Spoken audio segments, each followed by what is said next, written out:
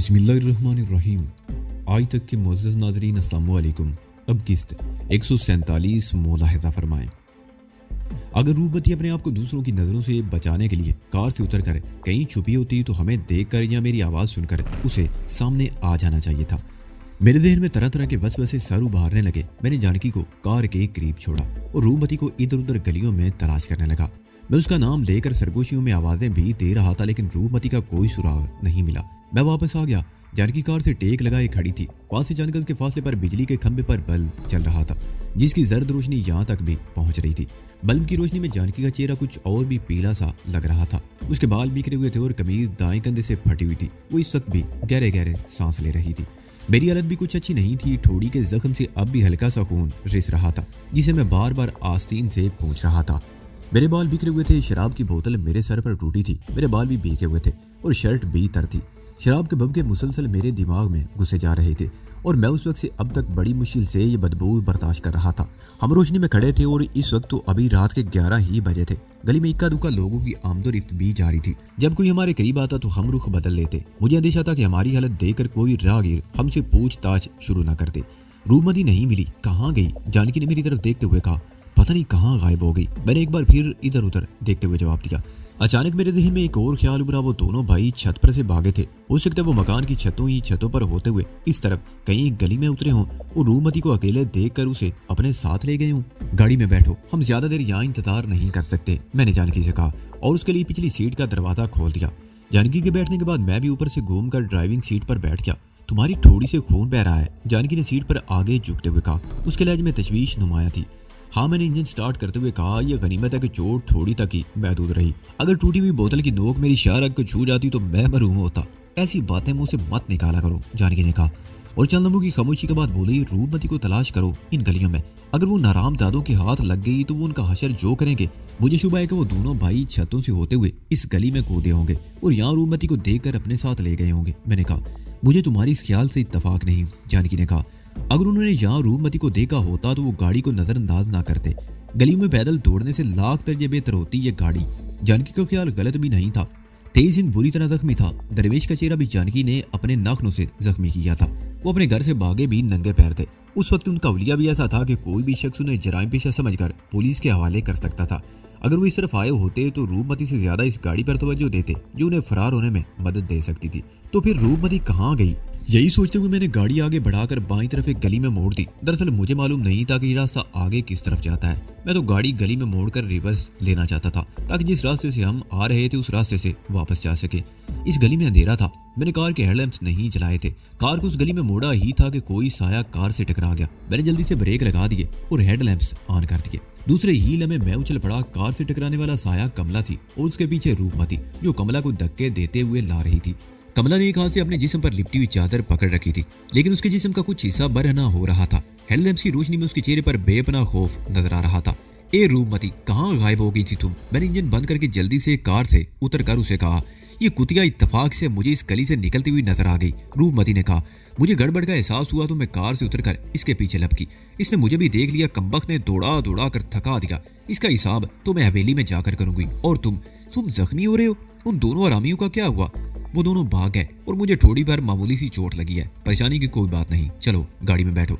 हम तो तुम्हें गाड़ी में ना पाकर परेशान हो गए थे। तुम इसे लेकर पीछे बैठो, मैं ड्राइव करती हूँ, रूबती ने कहा और ऊपर से घूमकर ड्राइविंग सीट पर बैठ गई। मैं कमला को बाजू से पकड़कर दूसरी तरफ ले आया। पहले उसे धक्का देकर अंदर बिठाया और फिर खुद बैठकर दरवाजा बंद कर लिया।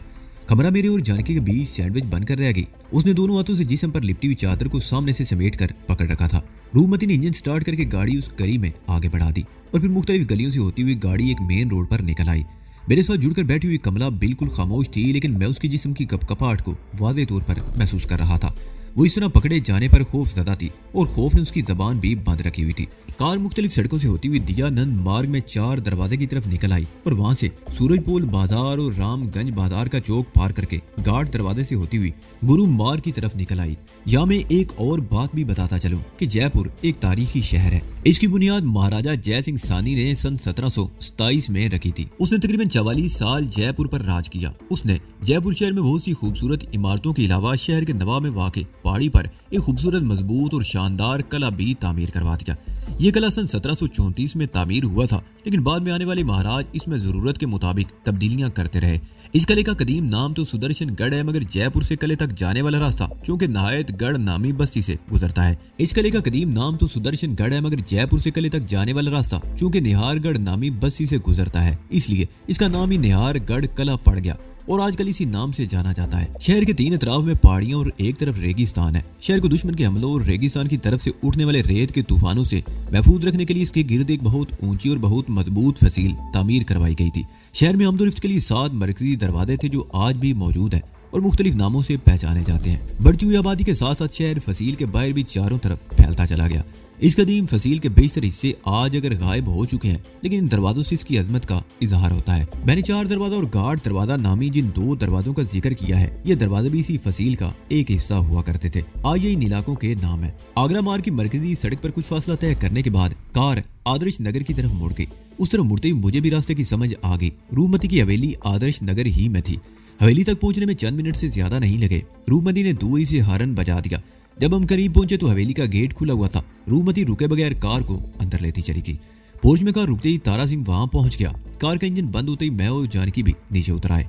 वहां तेज रोशनी थी। रूपमती फौरन ही हमारी तरफ मुतवज्जो हो गई। जानकी अब भी कुछ निडाल हो रही थी और बार बार एक हाथ से अपना गला सहला रही थी। रूपमती फौरन ही उसकी तरफ मुतवज्जो हो गई। मैंने पहली बार जानकी को गौर से देखा। इसके गले पर दरवेश की उंगलियों के निशानात सब धोकर रह गए थे। नरखरे पर 2-3 खराशें भी थी। खून तो नहीं निकला था, अलबत्ता वो जगह सुर्ख हो गई थी। रूपमती मेरी तरफ मुड़ गई। वो जैसे ही मेरे सामने आई एक झटके से रुक गई और मुझे घूरते हुए बोली, शराब की बू क्या? जब हम तेज सिंह के मकान में दाखिल हुए तो तेज सिंह कमला के साथ दादो ऐश दे रहा था। मैंने मुस्कुराते हुए रूपमती की बात काट दी। उसके फौरन बाद दरवेश भी शराब की नई बोतल लेकर आ गया। मैं उनका मेहमान था। उन्होंने शराब से मेरी तवाज़े कर डाली और मैं पूरी बोतल। दरवेश ने शराब की बोतल इसके सर पर तोड़ी थी। जानकी ने मेरी बात काटते हुए कहा, ओह। रूपमती बोली। मैं भी रास्ते पर हैरान रही कि गाड़ी में से शराब की बू कहाँ से आ रही है। लगता है उन्होंने तुम लोगों की कुछ ज्यादा ही तवाज़े कर डाली है। तुम्हारी ठोड़ी से भी खून बह रहा है। अंदर चलो, ऊपर मेरे कमरे में, उसने कहा और फिर करीब खड़े हुए तारा सिंह की तरफ देखकर गोया हुई, इस कुतिया को कार से उतारकर पीछे सर्वेंट क्वार्टर में ले जाकर बंद कर दो। मैं थोड़ी देर बाद इससे बात करूंगी। कमला अभी तक कारी में बैठी हुई थी। तारा सिंह ने उसे बाजू से पकड़कर बाहर खींचा तो वो रूपमती के कदमों पर गिर गई। वो इस तरह कांप रही थी जैसे शिद्दत की सर्दी में ठिठर रही हो। मुझे माफ कर दो दीदी। वो उसके पैर पकड़कर गिड़गिड़ाई। मुझसे गलती होगी। मैं दरवेश के बहकावे में आ गई थी। मुझे माफ कर दो। आइंदा ऐसी गलती नहीं होगी। चुप रह कुतिया। रूपमती ने उसे ठोकर मार कर गिरा दिया। गंदी नाली के कीड़े गंदी नाली ही में अच्छे लगते हैं। लक्ष्मी ने गलती की थी कि तुम्हें तुम्हारे बाप से बचा लिया था और उससे बड़ी गलती मुझसे हुई कि मैं तुम्हें यहाँ ले आई। यहाँ तुम्हें क्या दुख था? ऐश करती थी, लेकिन नीच आखिर नीच ही होते हैं। तुम इस थाली में सुराख करती रही जिसमें खाती थी। मैंने पहली मर्तबा तुम्हें दरवेश के साथ रंग रलियां मनाते हुए पकड़ा था तो तंबी करके छोड़ दिया था। मेरा ख्याल था कि तुम सुधर जाओगी, लेकिन तुम वही सब कुछ करती रही जिससे मैं तुम्हें रोकना चाहती थी। वो हरामी पता नहीं तुम्हें क्या सब्ज बाग दिखाता रहा और तुम भी इतनी बेगैरत निकली कि बेहक वक्त दोनों भाइयों के साथ गुल छड़े उड़ा रही हो। बहुत आग लगी हुई है तुम्हारे अंदर। मैं बुझा दूंगी ये आग, बर्फ की तरह ठंडा कर दूंगी तुम्हें। मुझे क्षमा कर दो राजकुमारी जी। कमला ने उसके सामने दोनों हाथ जोड़ दिए। मैं मजबूर थी। वो मुझे जान से मार डालने की धमकियां देते थे।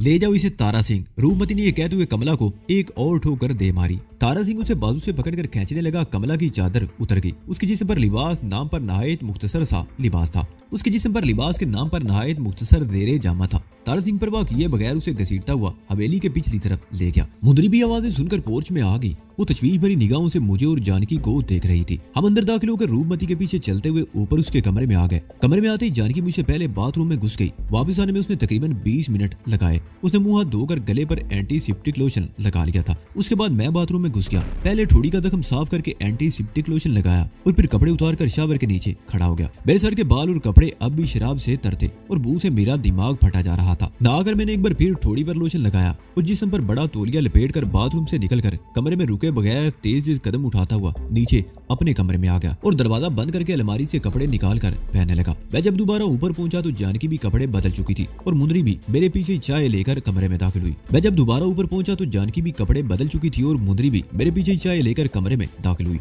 वो अक्लमंद औरत थी। उसे एहसास था कि हमें किस वक्त किस चीज की जरूरत हो सकती है। मुंदरी देखो, इस दराज में बैंडेज के स्ट्रैप होंगे, एक निकाल लाओ, रूपमती ने कहा।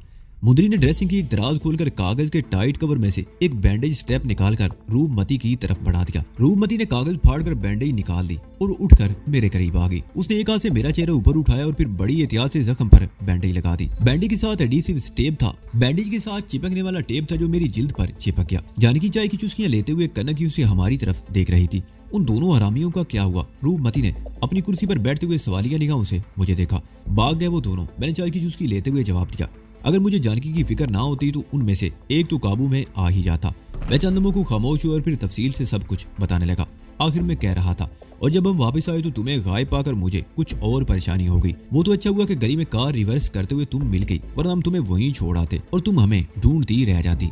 मैंने महज इत्तेफाक से कमला को उस गली से निकलते हुए देख लिया था। रूपमती ने मेरे खामोश होने पर कहा, इसने चादर लपेट रखी थी, मैंने इस पर तवज्जो नहीं दी थी, लेकिन सामने वाली गली में दाखिल होते हुए इसने मुड़कर देखा तो खंबे पर जलने वाले बल्ब की रोशनी में इसका चेहरा नजर आ गया और मैंने भी कार से उतरकर इसके पीछे दौड़ लगा दी।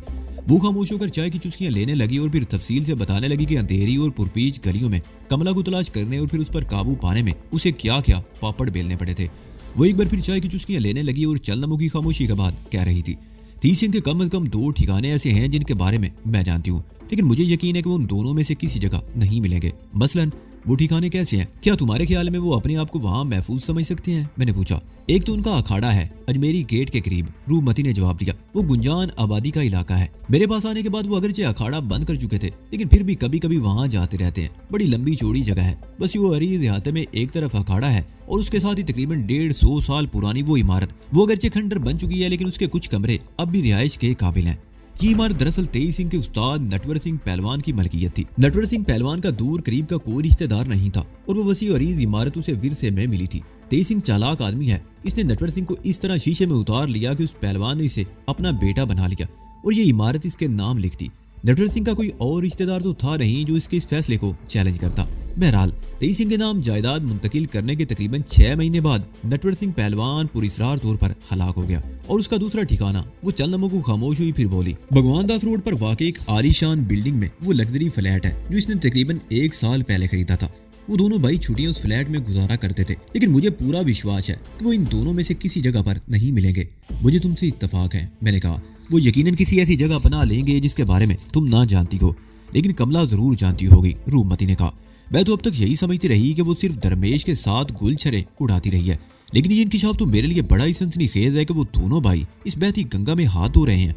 अब मुझे याद आ रहा है कि वो अक्सर 23 सिंह के साथ भी बाहर जाती रही थी। बहरहाल आओ कमला से मालूम करते हैं कि ऐसी सूरत हाल में वो कहाँ पनाह ले सकते हैं। वो हाथ में पड़ा हुआ खाली का मेज पर रखते हुए उठ गई। मैंने भी सीट छोड़ते हुए सवारिया नजर से जानकी की तरफ देखा। तुम लोग जाओ, मैं सोना चाहती हूँ, जानकी ने कहा और कुर्सी से उठकर रूपमती के बेड पर लेट गई। वो यहीं सोया करती थी, रूपमती के साथ। मैं रूपमती के साथ नीचे आ गया। तारा सिंह बरामदे में कुर्सी पर बैठा हुआ था। हमें देखकर वो उठ गया। वो कहाँ है? रूपमती ने पूछा। सर्वेंट क्वार्टर में राजकुमारी, तारा सिंह ने जवाब दिया और हमारे आगे आगे चल दिया। तारा सिंह ने उसे सर्वेंट क्वार्टर में बंद कर दिया था। दरवाजे को बाहर से ताला लगा हुआ था और चाबी तारा सिंह के पास मौजूद थी। चेन वाला दरवाजा खुला हुआ था। मेरा अंदाजा दुरुस्त निकला, ये क्वार्टर 2-2 कमरों के थे। कमरों के सामने बरामदा था और बरामदे में बत्ती चल रही थी। तारा सिंह ने जेब से चाबियों का गुच्छा निकाला और एक चाबी मुंतखब करके दाईं तरफ वाले कमरे का ताला खोलने लगा। कमरे के अंदर भी बत्ती जल रही थी, जिसकी रोशनी 2 पट वाले दरवाजे की जुरियों से झलक रही थी।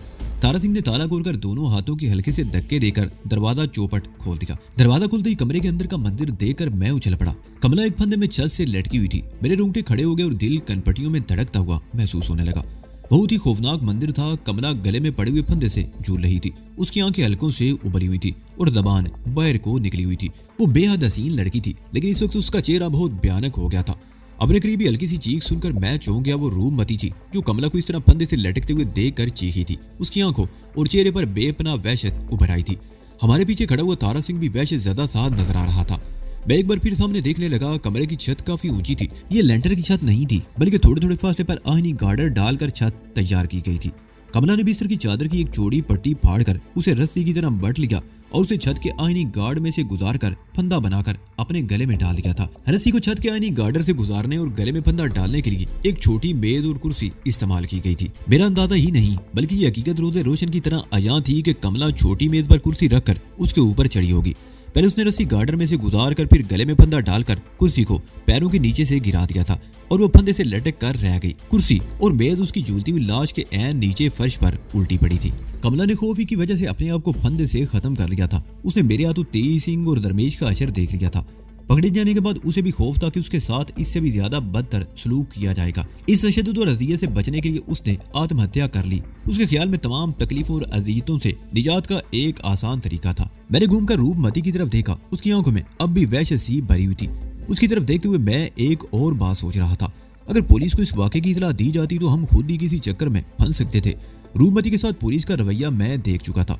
कोई भी ये तस्लीम करने को तैयार नहीं होगा कि कमला ने खुदकशी की है। जब उसकी मौत की खबर सामने आएगी तो वो दोनों भी सामने आ जाएंगे। वो पुलिस को बताएंगे कि हम कमला को अगवा करके ले गए थे और फिर इसे गला घूंट कर हलाक कर दिया।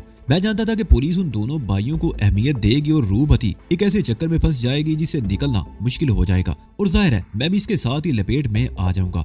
अब क्या होगा? रूपमती की सरसराती आवाज सुनकर मैं उस तरफ घूम गया, लेकिन मेरे कुछ बोलने से पहले तारा सिंह बोल पड़ा, पुलिस को खबर दूं राजकुमारी? चुप रहो। रूपमती जोर से चीखी कि मैं भी उछल पड़ा। खबरदार, अगर तुम्हारी जबान से एक लफ्ज भी निकला तो। जी राजकुमारी।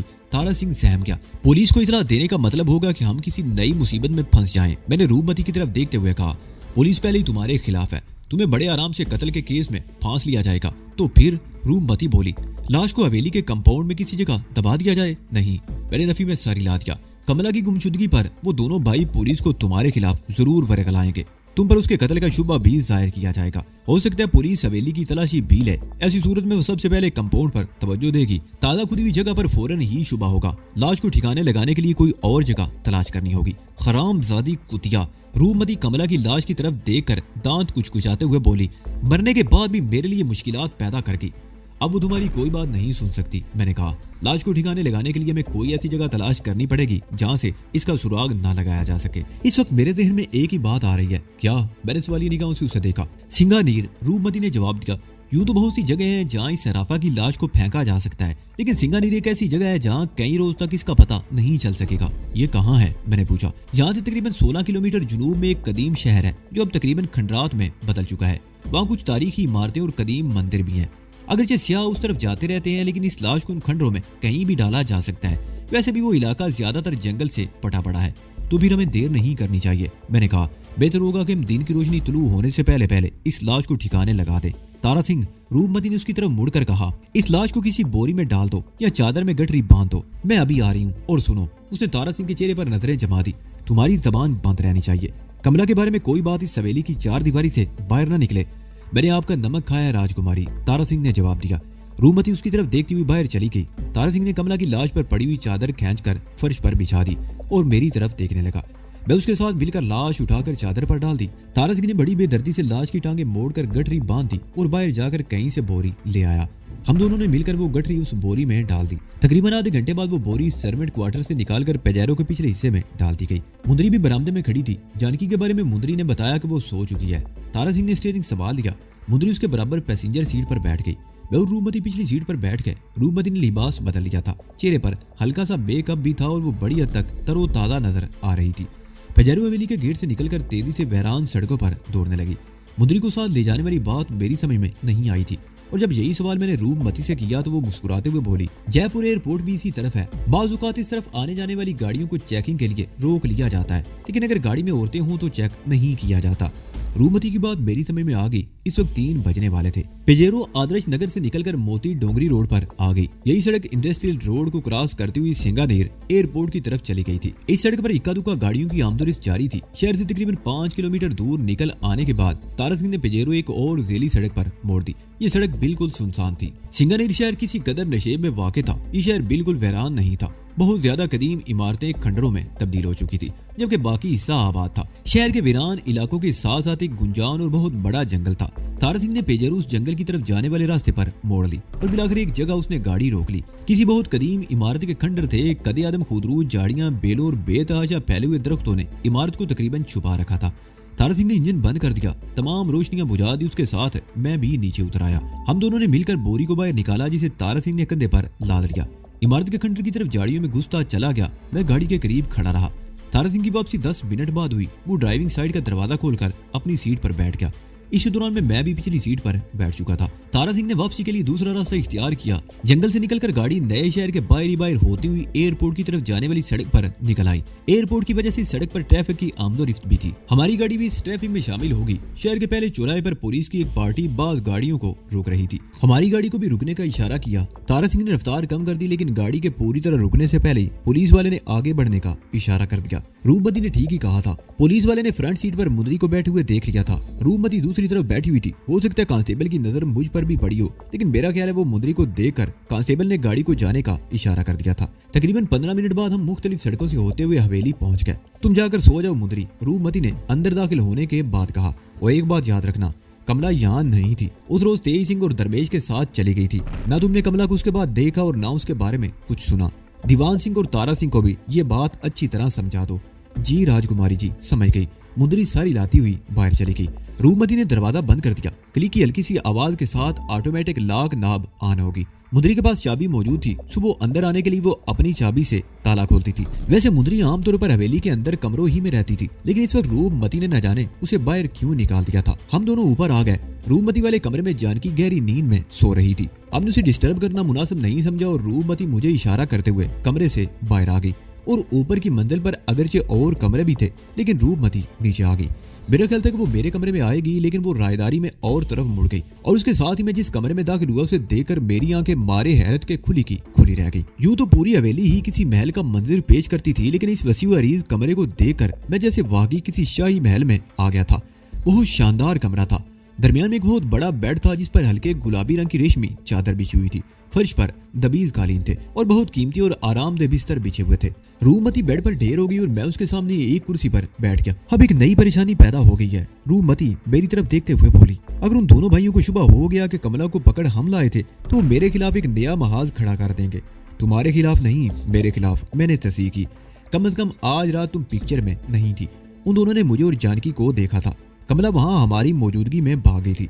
कमला की गुमशुदगी के बारे में कोई शुबा हुआ तो हम दोनों पर होगा, लेकिन वो मुझे नजरअंदाज नहीं करेंगे। रूपमती ने जवाब दिया, वो तो तुम्हें देखते ही समझ गए होंगे कि मैं ही तुम्हें लेकर वहां आई हूँ। हाँ, ये दुरुस्त है। ये बात मेरे जहन में नहीं थी, लेकिन अब सवाल ये पैदा होता है कि उन्हें तलाश किस तरह किया जाए।